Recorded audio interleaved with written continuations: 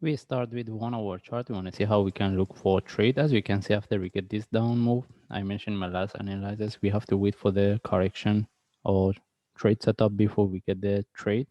As we can see, the price reversed, but we didn't have really good trade setup to look for buy. And that's what we expected, the price drop. Since the price was, we were within this move, we put these two lines. The first shadow break both of them, but after that we see the price was correcting at 45. It couldn't break the 45, and we move these things, and we need to we want to see how we can look for trade.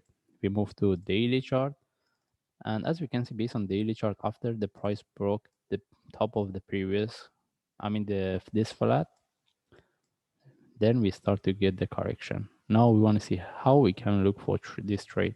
How we can look for the trade. And from this the correction we mentioned, and if we move to forward chart, can we consider this one as a internal correction in relative to this for this expanding flat? I don't think it's really good, because of really this one, the way it was expanding is really, we cannot compare to in relative to this. That's why we don't need to care about that. Since we get this sharp move, any flag of correction, we will be here, we will take the trade. That's mean if we move to 1 hour chart, we want to see whether we have trade set up. And as we can see, based on 1 hour chart, we don't have any trade setup. Even there is a continuation, we are not going to trade it unless anyone trade based on lower time frame.